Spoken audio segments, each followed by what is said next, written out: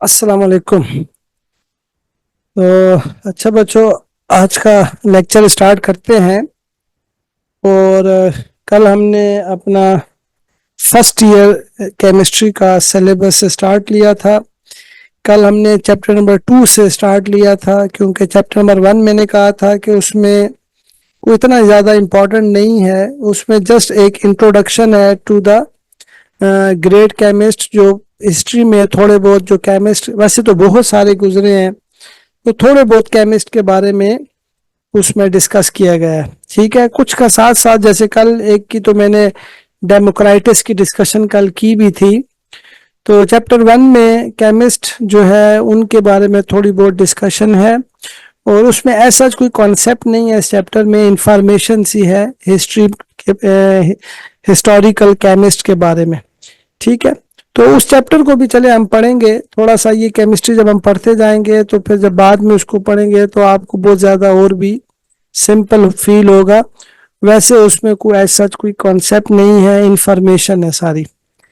अच्छा जी, तो हमने इम्पोर्टेंट चैप्टर से स्टार्ट लिया था, चैप्टर नंबर 2 एटॉमिक स्ट्रक्चर। तो हमने एटॉमिक स्ट्रक्चर को कल स्टार्ट किया था, और शुरू में ही मैंने आपसे क्वेश्चन किया था। वो क्वेश्चन ये था कि हम क्यों एटम का स्ट्रक्चर समझना हमारे लिए क्यों ज़रूरी है। तो फिर मैंने आपको ये आंसर भी इसका बताया था कि दरअसल हमारे इर्द गिर्द जितनी भी चीज़ें हैं, हमारे इर्द गिर्द everything around us is made of atoms. हमारे इर्द गिर्द हर चीज़ एटम से मिलके बनी हुई है। तो अगर हम एटम को समझ जाएंगे तो इसका मतलब है अपनी इस फिजिकल वर्ल्ड को समझ जाएंगे। ठीक हो गई बात। तो मतलब ये हुआ कि आज हम जिस मॉडर्न वर्ल्ड में रह रहे हैं, ये इस वजह से कि हमने एटम को समझ लिया। अगर हम एटम को ना समझ पाते तो शायद इस मॉडर्न वर्ल्ड में ना रह रहे होते। So everything around us is made of atoms with various combination. So मैंने कहा था understanding atom is key to understanding physical world. हमने इस फिजिकल वर्ल्ड को समझना है, तो इसलिए हमें एटम को समझना होगा। एटम का जो स्ट्रक्चर है ये एक कॉमन टॉपिक है, ये फिजिक्स में भी हम पढ़ते हैं, केमिस्ट्री में भी इसको पढ़ते हैं। ठीक है, आप लोग जब फिजिक्स पढ़ेंगे उसमें भी ये आएगा। लेकिन चलें, हमने इसको डिस्कशन यहाँ पे स्टार्ट की। हमारा चैप्टर नंबर 2 है। कल हमने जब एटम की डिस्कशन शुरू की तो उसमें हमने हिस्टोरिकल बैकग्राउंड से, कल ये मैंने, जो कुछ बच्चे अगर नहीं थे तो ये जस्ट एक शॉर्ट समरी से बताई थी कि हमारी जो फर्स्ट ईयर की केमिस्ट्री है, इसमें हम केमिस्ट्री की 4 ब्रांचेस की स्टडी करेंगे। ठीक है, तो ये जो फर्स्ट ईयर केमिस्ट्री है, इसमें चैप्टर 2 टू चैप्टर 9 जो है ये फिजिकल केमिस्ट्री है। चैप्टर 10 टू 12 जो है वो इनऑर्गेनिक केमिस्ट्री है। चैप्टर 13 14 इन्वायरमेंटल केमिस्ट्री है, और 15 से ऑनवर्ड जो है ये ऑर्गेनिक केमिस्ट्री है। ठीक है बच्चों, तो एक बात तो ये हो गई कि इस हमारी जो फर्स्ट ईयर की केमिस्ट्री है, it consist of 4 branches of chemistry: physical, inorganic, environmental and organic chemistry. ठीक है, अच्छा आगे चलते हैं। फिर कल हमने थोड़ी सी डिस्कशन की थी, फिर एटम का जो स्ट्रक्चर है इसका थोड़ा सा हमने हिस्टोरिकल बैकग्राउंड डिस्कस किया था। ठीक है, और ये मैंने लिख भी दिया, understanding atom is key to understanding physical world. फिर हमने थोड़ा सा हिस्टोरिकल बैकग्राउंड डेमोक्राइटस से स्टार्ट लिया था, कि सबसे पहले एटम का जो आइडिया है वो डेमोक्राइटस ने दिया था।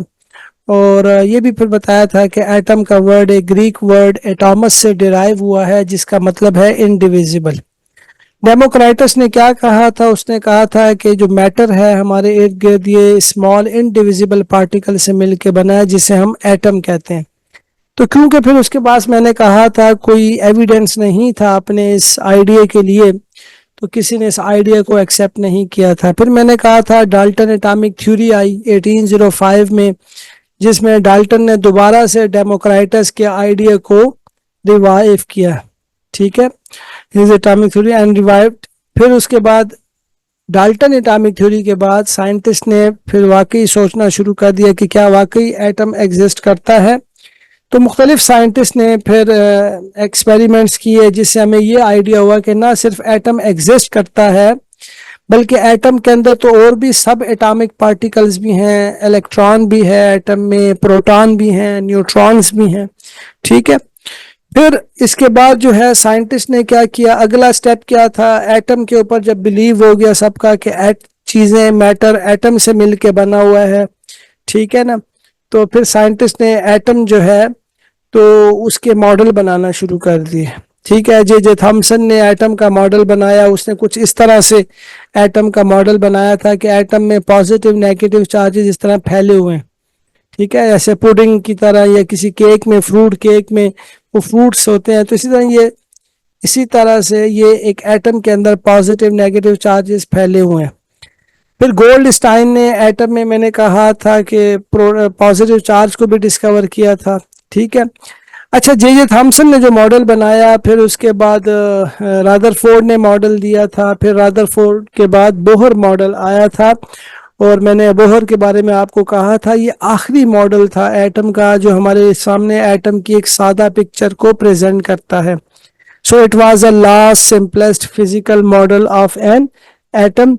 और बोहर के मुताबिक एटम के दो हिस्से हैं, एक सेंटर में न्यूक्लियस है जिसमें प्रोटॉन है, न्यूक्लियस में न्यूट्रॉन भी होता है, लेकिन उस वक्त क्योंकि न्यूट्रॉन डिस्कवर नहीं हुआ था, बोहर ने ये मॉडल 1913 में बनाया था। तो 1913 में बनाया था इसलिए उस वक्त न्यूट्रॉन जो था वो डिस्कवर नहीं हुआ था, तो इस वजह से इसमें उसने जिक्र नहीं किया। अदरवाइज न्यूक्लियस में प्रोटॉन के साथ साथ जो है न्यूट्रॉन भी मौजूद होता है। ठीक है।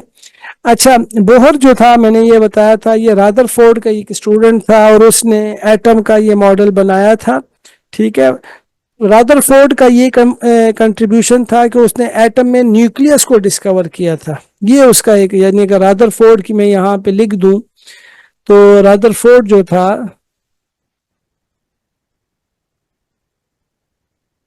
रादरफोर्ड डिस्कवर्ड न्यूक्लियस। ठीक है, डिस्कवर्ड न्यूक्लियस इन एटम। ठीक है। अच्छा जी, तो उसने एटम के अंदर जो है तो न्यूक्लियस को डिस्कवर किया था। ठीक है। अच्छा जी, अब आते हैं बोहर की बात करते हैं। तो रादरफोर्ड के मॉडल में मैंने कहा था कुछ गलतियां थी, तो जिसका आंसर देने के लिए बोहर ने अपना मॉडल बनाया, और बोहर ने एक तो ऑर्बिट्स का कॉन्सेप्ट दिया, और ये जो ऑर्बिट्स है मैंने कहा इन ये क्वांटाइज्ड ऑर्बिट्स है। ठीक है ना। So Bohr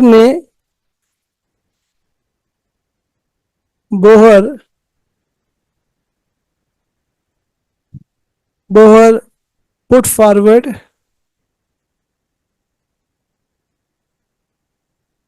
Bohr put forward concept of quantize orbit. अब क्वांटाइज का क्या मतलब है, ऑर्बिट्स विद डेफिनेट एनर्जी, यानी हर ऑर्बिट की एक खास एनर्जी है। So Bohr put forward concept of orbits quantized orbits in his atomic model. ठीक हो गई बात। तो उसने अपने एटॉमिक मॉडल में क्वांटाइज्ड ऑर्बिट्स का कॉन्सेप्ट दिया। ठीक है। अच्छा, इसके अलावा क्वांटाइज ऑर्बिट का मतलब है कि जो हर ऑर्बिट है उसकी अपनी एक डिफरेंट डिफरेंट एनर्जी है। ठीक है। और इसके मुख्तलिफ पॉइंट्स हैं, इसके जो पॉइंट्स हैं आपने 9th ग्रेड में बोहर एटॉमिक मॉडल के पास्टुलेट्स पढ़े होंगे, जो बड़े सिंपल से थे। एक पहला पॉइंट क्या था, इसने कहा था कि इलेक्ट्रॉन्स, ये जो इलेक्ट्रॉन्स हैं ये न्यूक्लियस के अराउंड सर्कुलर ऑर्बिट्स में रिवॉल्व करते हैं। इस तरह कि electron revolves around the nucleus in circular orbits. ये मैं लिख नहीं रहा हूँ क्योंकि बुक्स में गिवन नहीं है, तो इस पे वैसे ही टाइम वेस्ट नहीं करते। तो जस्ट आपको आइडिया दे रहा हूं कि आप पहले से शायद इसको जानते हैं।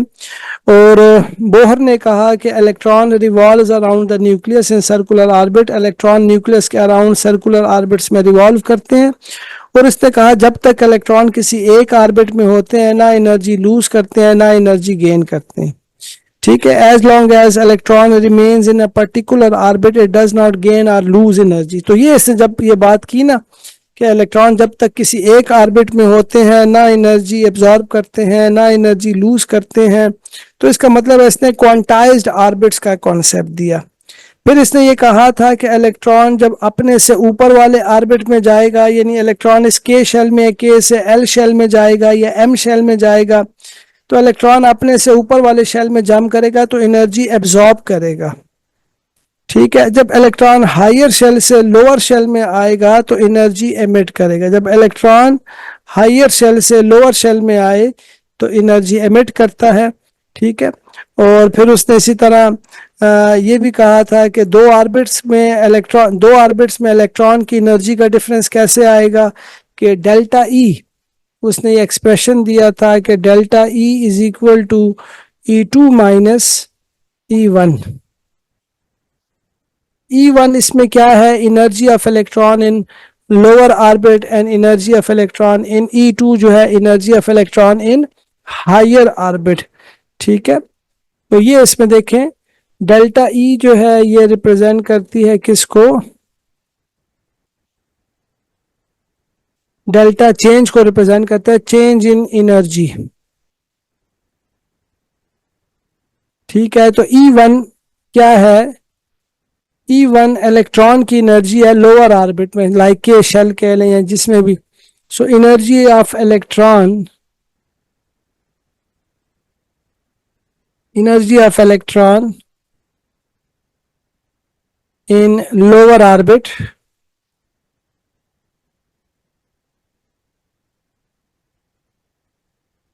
और E2 जो है energy of electron, energy of electron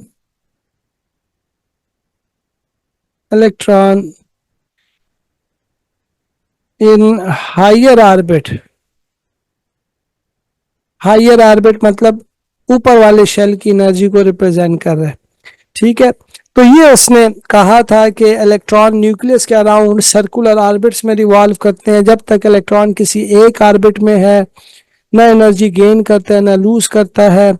उसने ये कहा कि इलेक्ट्रॉन जब अपने से ऊपर वाले शेल में जंप करता है इलेक्ट्रॉन तो एनर्जी एब्जॉर्ब करता है, हायर से लोअर में आता है तो एनर्जी एमिट करता है। दो ऑर्बिट्स पे इलेक्ट्रॉन के एनर्जी का डिफरेंस किसके इक्वल है, डेल्टा ई के E2 माइनस E1।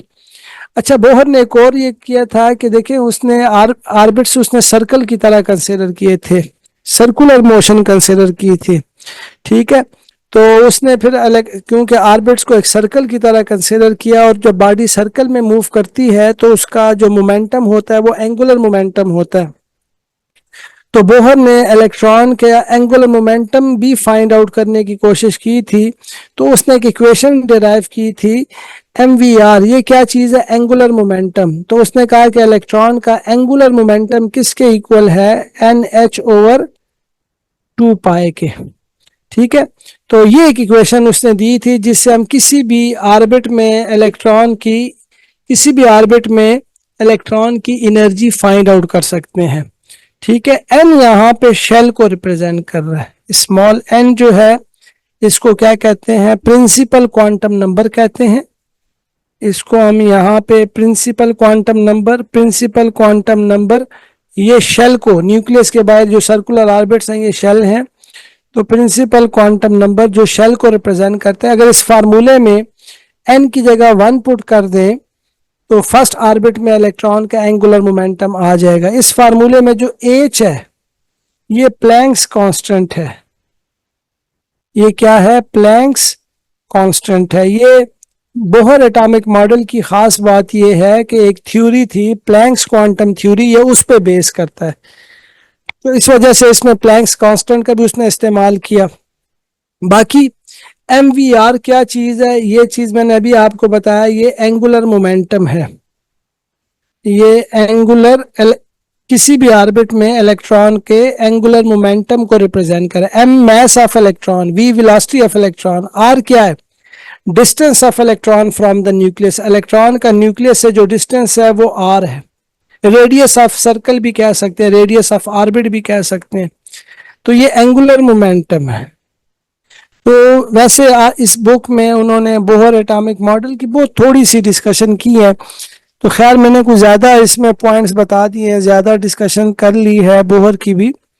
तो लेकिन बोहर ने काफ़ी सारा काम किया था, ठीक है। उसने ये एक पूरा मॉडल बनाया एटम का, कि एटम के दो हिस्से हैं, एक न्यूक्लियस है और बाहर सर्कुलर ऑर्बिट्स हैं। ये KLM ये जो है ये क्या है? ऑर्बिट्स हैं, ठीक है।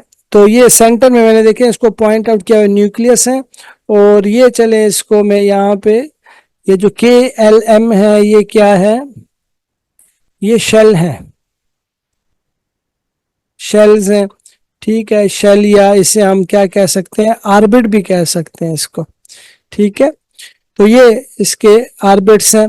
और फिर इसके बारे में उसने काफ़ी सारी बात बताई कि हर ऑर्बिट में इलेक्ट्रॉन की खास एनर्जी है, और हायर शेल में, जब ऊपर वाले शेल में इलेक्ट्रॉन, जब इन्हीं इलेक्ट्रॉन को एनर्जी मिलेगी तो वो हायर शेल में जंप करेगा, या हायर शेल में जाएगा तो एनर्जी एब्जॉर्ब करेगा, और हायर से लोअर में आएगा तो एनर्जी एमिट करेगा, ठीक हो गई बात। फिर उसने किसी भी ऑर्बिट में इलेक्ट्रॉन का एंगुलर मोमेंटम फाइंड आउट करने की कोशिश की थी। ये जो इक्वेशन नंबर 1 है, इससे उसने इलेक्ट्रॉन का एंगुलर मोमेंटम फाइंड आउट करने की कोशिश की, ठीक है।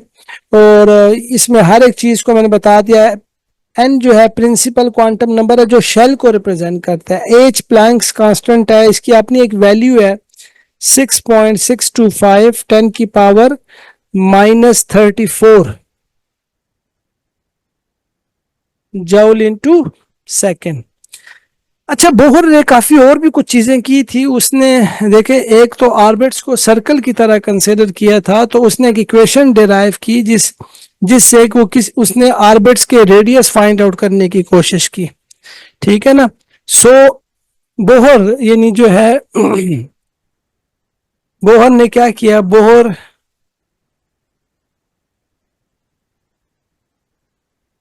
Derived Bohr's derived equation for the radius of orbit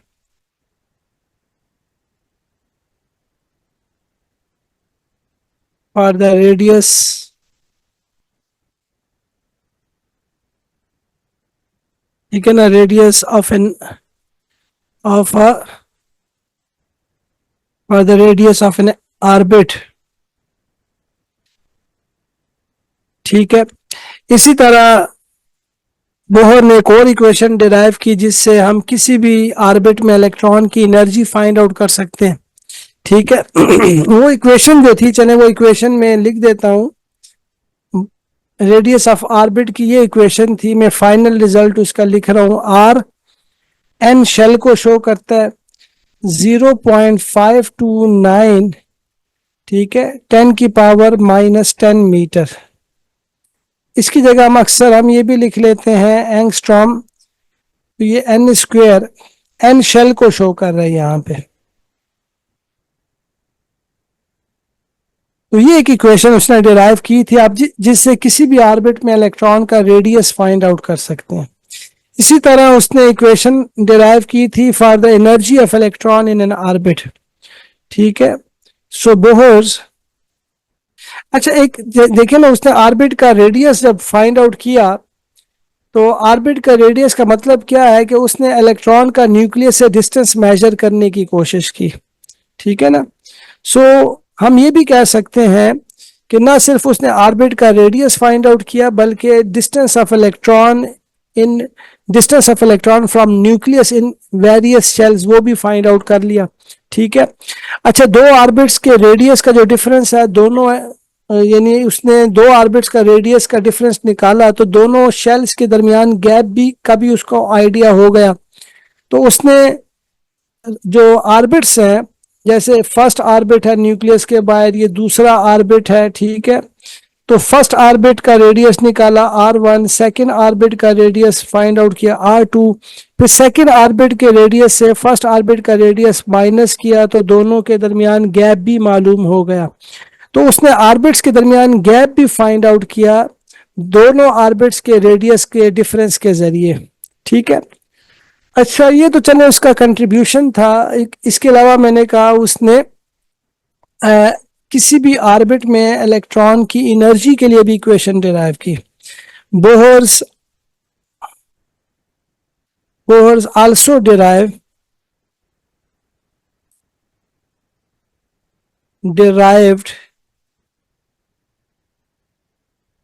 derived an equation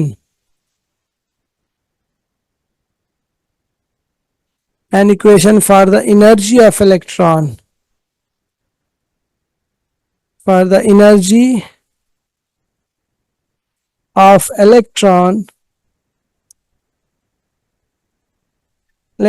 in an orbit। तो उसने एक इक्वेशन फाइंड आउट की, डिराइव की, जिससे किसी भी ऑर्बिट में इलेक्ट्रॉन की एनर्जी भी हम फाइंड आउट कर सकते हैं, ठीक है। तो ये भी उसका एक कंट्रीब्यूशन था, ठीक है।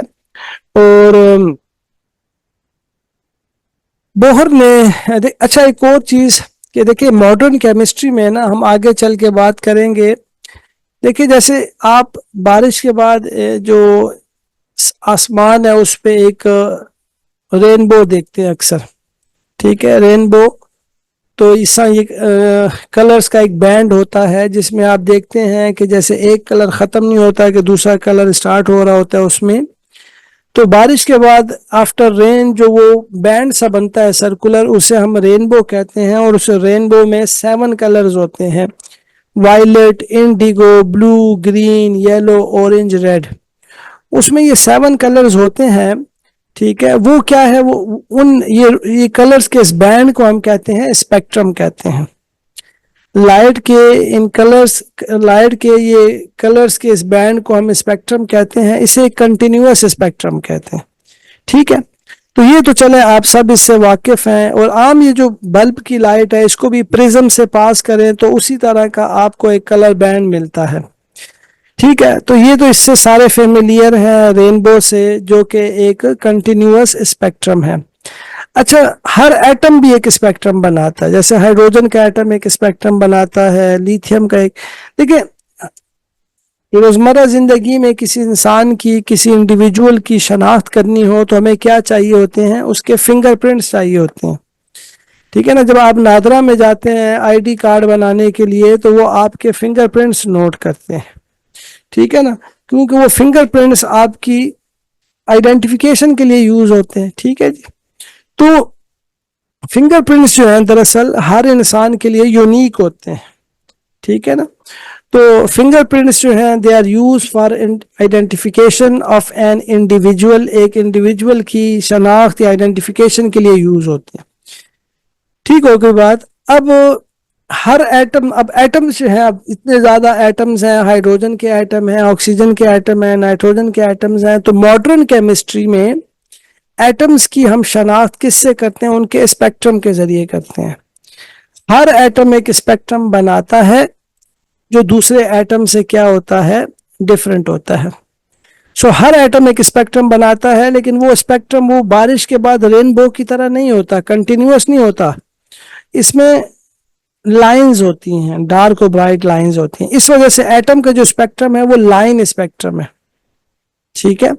और वो लाइन, हर एटम एक लाइन स्पेक्ट्रम बनाता है जो दूसरे एटम से डिफरेंट होता है, जो उसकी शनाख्त के लिए यूज होता होगा, ठीक है। तो हम ये कह सकते हैं कि each atom produces a unique spectrum which is use for the identification of that element, ठीक है। और बोहर की एक खास बात यह है कि इसने हाइड्रोजन के स्पेक्ट्रम को एक्सप्लेन करने की कोशिश की थी, कि जो हाइड्रोजन का स्पेक्ट्रम है उसको इसने एक्सप्लेन करने की कोशिश की थी। तो ये एक इसका कंट्रीब्यूशन है बोहर का, ठीक है। सो मैंने ये बात कही, ठीक है, कि ईच एटम, मैंने ये चले इसको मैं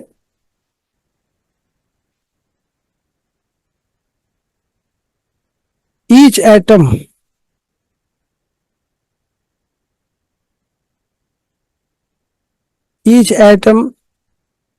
of an element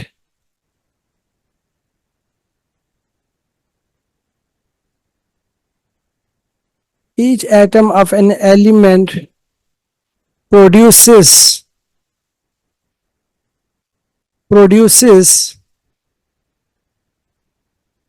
a unique line spectrum.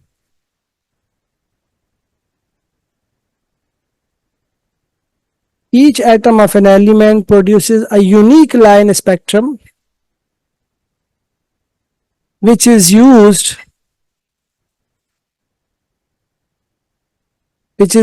for the identification of that atom. तो अगर जिस तरह हमने एक इंसान की शनाख्त करनी है तो उसके फिंगरप्रिंट्स हमें चाहिए हैं, तो इसी तरह अगर किसी एलिमेंट की शनाख्त करनी है तो हमें उसका स्पेक्ट्रम चाहिए है, क्योंकि हर एटम एक स्पेक्ट्रम बनाता है जो दूसरे एटम से डिफरेंट होता है। ठीक है, तो उसकी जो ये जो स्पेक्ट्रम है हम ये कैसे हासिल करते हैं एटम का, वैसे तो इसके लिए हम इंस्ट्रूमेंट्स को यूज करते हैं। तो इंस्ट्रूमेंट जिसे हम यूज करते हैं स्पेक्ट्रम हासिल करने के लिए उसको स्पेक्ट्रोमीटर हम कहते हैं। ठीक है, so each atom of an element produces a unique line spectrum which is used for the identification of that element. ठीक है जी,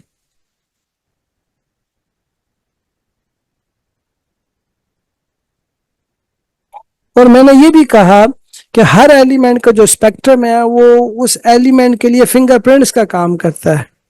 ठीक है, so spectrum of each element is just like fingerprints. ठीक है ना, so spectrum is just like a fingerprints for an element. ठीक है, so Bohr ने ये कोशिश की, बोहर की एक कंट्रीब्यूशन ये है कि बोहर ने जो स्पेक्ट्रम है, ठीक है, बोहर ने हाइड्रोजन के स्पेक्ट्रम को एक्सप्लेन करने की कोशिश की। सो बोहर, ठीक है, सो जो बोहर था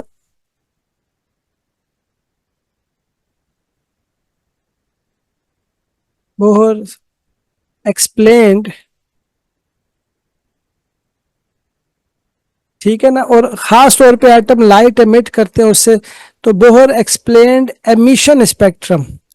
अच्छा, हर एटम जो स्पेक्ट्रम बनाएगा वो दो तरह के होंगे, एक एब्जॉर्प्शन स्पेक्ट्रम होगा, एक एमिशन स्पेक्ट्रम होगा। तो बोहर ने हाइड्रोजन का एटम जो लाइट एमिट करता है उस लाइट से जो हाइड्रोजन का स्पेक्ट्रम बनता है उसको एक्सप्लेन करने की कोशिश की।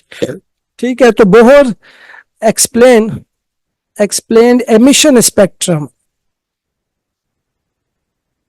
ठीक है, Bohr explain emission spectrum of hydrogen.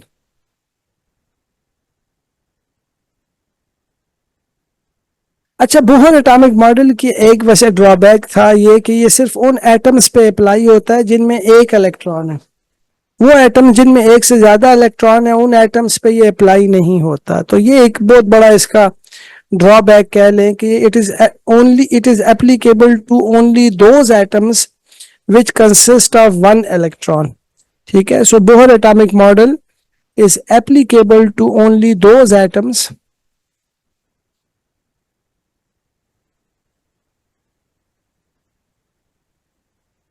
atomic model is applicable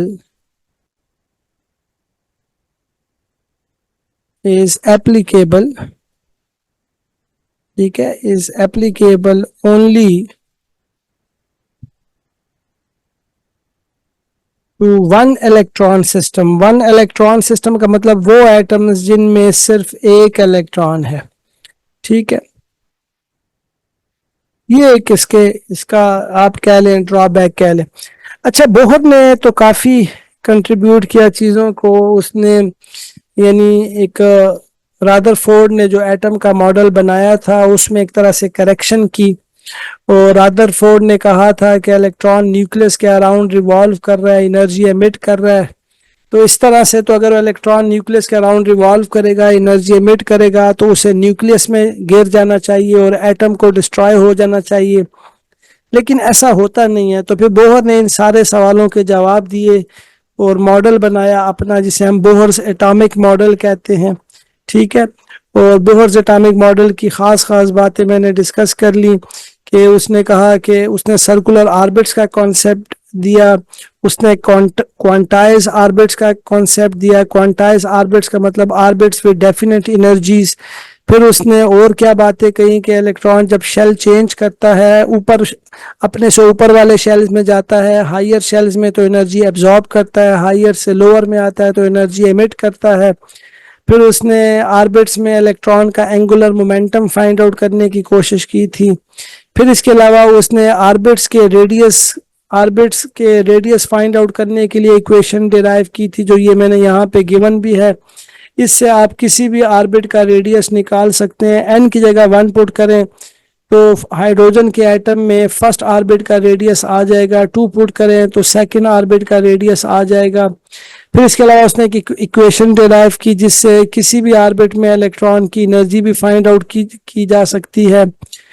फिर उसने हाइड्रोजन के स्पेक्ट्रम को एक्सप्लेन करने की कोशिश की। स्पेक्ट्रम क्या है? मैंने कहा कि स्पेक्ट्रम जो है मॉडर्न केमिस्ट्री में मॉडर्न केमिस्ट्री में एटम्स की शनाख्त के लिए यूज होता है। स्पेक्ट्रम क्या होता है? ये इलेक्ट्रोमैग्नेटिक रेडिएशंस की एक अरे होती है जिसमें रेडिएशंस को हमने फैलाया होता है किसी प्रॉपर्टी के इंक्रीजिंग या डिक्रीजिंग के लिहाज से। ठीक है। तो जब रेडिएशंस को फैला दिया जाए, ठीक है, किसी प्रॉपर्टी के इंक्रीजिंग जैसे फ्रीक्वेंसी के इंक्रीजिंग के लिहाज से या डिक्रीजिंग के लिहाज से उसको रेडिएशंस को फैला दें तो जो चीज़ मिलती है उसे स्पेक्ट्रम कहते हैं। मैंने कहा एक स्पेक्ट्रम आप लोग जानते भी हैं, रेनबो, जो कि एक कंटिन्यूअस स्पेक्ट्रम है। लेकिन मैंने कहा कि एटम का स्पेक्ट्रम वैसे नहीं होता, एटम्स का लाइन स्पेक्ट्रम होता है जिसमें डार्क और ब्राइट लाइंस होती हैं। ठीक हो गई बात। तो मैंने कहा स्पेक्ट्रम एटम्स के लिए फिंगरप्रिंट्स का काम करता है। हर एटम एक यूनिक स्पेक्ट्रम बनाता है जो दूसरे एटम से क्या होता है, डिफरेंट होता है। अच्छा चलो, ये सारी बातें तो हो गई। और हाइड्रोजन बोहर ने अपने तौर पे काफ़ी सारी काम किए, लेकिन फिर भी वो यानी हाइड्रोजन के स्पेक्ट्रम को भी इवन कंप्लीटली डिस्क्राइब नहीं कर सका। यानी हाइड्रोजन के स्पेक्ट्रम में कुछ ऐसी बारीक लाइंस थी। जी जी, बात करें बच्चे। सर, एमिशन स्पेक्ट्रम और अब्जर्शन स्पेक्ट्रम में क्या डिफरेंस है? उसने एमिशन स्पेक्ट्रम किया था तो फिर उसका क्या मतलब होगा? देखिए, एमिशन स्पेक्ट्रम ये है ना कि जैसे कोई एलिमेंट है, जैसे आप हाइड्रोजन गैस ले लें, ठीक है, और हाइड्रोजन गैस लें और इसमें से हाई वोल्टेज का जब आप करंट पास करें हाइड्रोजन गैस में से, ठीक है, तो हाइड्रोजन ये करंट जो है जब हाइड्रोजन गैस से गुजारेंगे तो हाइड्रोजन के मालिक्यूल ब्रेक होंगे पहले तो, फिर ब्रेक होने के बाद ये जो करंट है इन हाइड्रोजन के एटम्स को एनर्जी प्रोवाइड करेगा। ये उससे एनर्जी गेन करेंगे और एनर्जी गेन करने के बाद हाइड्रोजन के एटम में इलेक्ट्रॉन जो है वो हायर शेल में फिर जंप करेंगे। तो जब एटम को हम एनर्जी देते हैं और उस एनर्जी के रिजल्ट में इलेक्ट्रॉन जब हायर शेल में जंप करते हैं तो फिर इलेक्ट्रॉन वहां हायर शेल में रह नहीं सकते। ये इलेक्ट्रॉन जो है जब इन्हें एनर्जी मिलती है और वो लोअर शेल से हायर शेल में जाते हैं, इसे कहते हैं एक्साइटेशन ऑफ इलेक्ट्रॉन। क्या कहते हैं? Excitation of electron.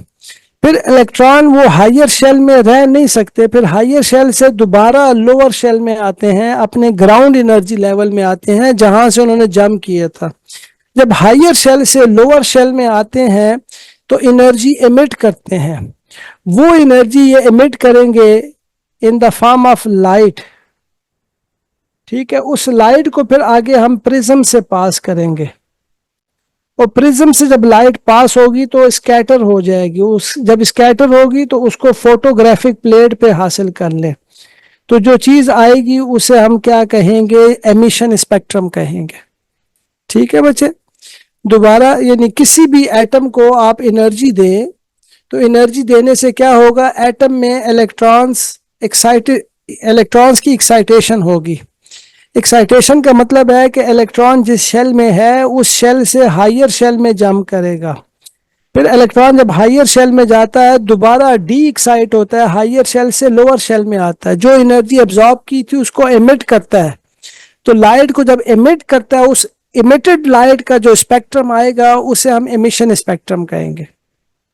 ठीक है? Yes sir. अच्छा, इसी तरह एब्जॉर्प्शन स्पेक्ट्रम क्या होगा, उसके लिए भी हम इंस्ट्रूमेंट यूज करते हैं। उसका तरीक़ेकार ये होता है, देखिए कि उसका जिक्र यहाँ पे नहीं है बुक में, लेकिन देखें ये हमारे पास सैंपल ट्यूब होती है, उसमें सैंपल को ले लेते हैं, जैसे हाइड्रोजन गैस को ले लिया, किसी को इसमें ले लिया। ठीक है, अब आप क्या करते हैं, इस पे यहाँ पे पीछे एक लाइट सोर्स होती है, एक लाइट की एक सोर्स होती है, तो इससे लाइट एमिट होती है। ठीक है, तो इससे लाइट जब एमिट होती है तो ये लाइट इस सैंपल में से पास करते हैं। इसमें हमने सैंपल लिया हुआ है, सैंपल से मुराद वो एलिमेंट है जिसका स्पेक्ट्रम हासिल करना है। ये सब कुछ इंस्ट्रूमेंट में हो रहा होता है। ठीक है, तो वो सैंपल के अंदर लाइट सोर्स होती है, उससे लाइट प्रोड्यूस होती है, और उस सैंपल हमें पता होता है ये बल्ब किस फ्रीक्वेंसी या किस रेंज की लाइट प्रोड्यूस कर रहा है। तो ये लाइट जो लाइट सोर्स से एमिट हुई, सैंपल से गुजरी, सैंपल से गुजरने के बाद उसको प्रिज्म से पास करते हैं। प्रिज्म से जब लाइट गुजरती है तो वो स्कैटर हो जाती है। स्कैटर होने के बाद जो स्पेक्ट्रम आएगा, लाइट की एब्जॉर्प्शन के बाद जो स्पेक्ट्रम आएगा उसे हम एब्जॉर्प्शन स्पेक्ट्रम कहेंगे। एब्जॉर्प्शन स्पेक्ट्रम किस तरह होगा, ये जैसे मैंने ये स्क्रीन है ना, ये वाइट स्क्रीन है, इसके ऊपर ये डार्क लाइंस लगा रहा हूं, तो इस तरह का स्पेक्ट्रम होगा। ठीक है ना, इसमें ब्राइट लाइंस ये वो लाइट है जो सैंपल ने एब्जॉर्ब नहीं की थी, डायरेक्ट गुजर के आ गई। डार्क लाइंस ये क्या होगा, अच्छा जब स्पेक्ट्रम हम हासिल करते हैं, कंप्यूटराइज इंस्ट्रूमेंट होता है, तो उसके साथ देखें फ्रीक्वेंसी भी लिखी होगी कि ये कौन कौन जो ये डार्क लाइट है, इस लाइट की क्या फ्रीक्वेंसी है। तो हर लाइट की अपनी फ्रीक्वेंसी भी होगी। तो ये डार्क लाइट लाइंस दरअसल वो लाइट है जो सैंपल ने एब्जॉर्ब कर लिया, यहाँ पे मिसिंग है। तो लाइट की एब्जॉर्प्शन के बाद जो स्पेक्ट्रम आता है उसे एब्जॉर्प्शन स्पेक्ट्रम कहते हैं। आजकल तो इस तरह के इंस्ट्रूमेंट आ गए हैं कि वो दोनों तरह के स्पेक्ट्रम दे देते हैं, एब्जॉर्प्शन स्पेक्ट्रम भी देते हैं, एमिशन। पहले एब्जॉर्प्शन मिल गया, अब ठीक है ना, यानी ये सैंपल का एब्जॉर्प्शन स्पेक्ट्रम आ गया, और इसमें डार्क लाइंस ये वो लाइट है जो सैंपल ने एब्जॉर्ब कर ली है। ये वो लाइट है जो यूज हो रही है एटम के अंदर इलेक्ट्रॉन्स को लोअर ग्राउंड शेल से हायर शेल में प्रोमोट करने के लिए।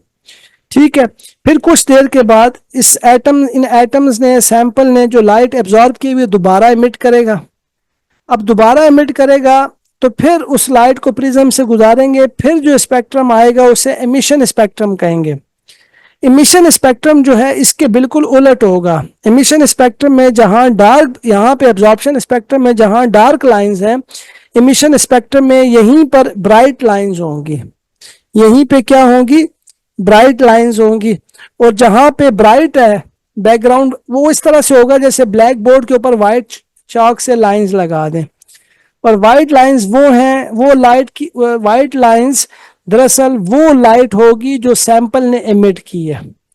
सो एक एटम का एब्जॉर्प्शन स्पेक्ट्रम भी होता है और एमिशन स्पेक्ट्रम, दोनों एक दूसरे के उलट होते हैं, अपोजिट होते हैं, और ये दोनों एटम की शनाख्त के तौर पे यूज होते हैं। ठीक हो गई बात? Yes sir. वैसे ये ना बुक में इसका जिक्र नहीं है, लेकिन चले इसकी हमने बात कर ली। तो ये अच्छा बात कर रहे थे बोहर की हम सारी ना, कि बोहर ने जो है पीछे बात की हमने कि उसने हाइड्रोजन के स्पेक्ट्रम को एक्सप्लेन करने की कोशिश की, लेकिन ये प्रॉब्लम हुआ कि उसने, अब जब मॉडर्न जो इंस्ट्रूमेंट आ गए उससे जब हाइड्रोजन का स्पेक्ट्रम लें तो हाइड्रोजन के स्पेक्ट्रम में ऐसी बहुत सारी लाइंस हैं जिसके बारे में बोहर ने कोई एक्सप्लेनेशन नहीं दी थी। तो बोहर का मॉडल फिर इवन मॉडर्न स्पेक्ट्रोमीटर से जब हम लेते हैं तो वो हाइड्रोजन के स्पेक्ट्रम को भी एक्सप्लेन नहीं कर सकता। ठीक है ना। अब फिर इसको एक्सप्लेन करने के लिए फिर और नई न्यू कॉन्सेप्ट्स की ज़रूरत पड़ी, न्यू मॉडल्स की ज़रूरत पड़ी।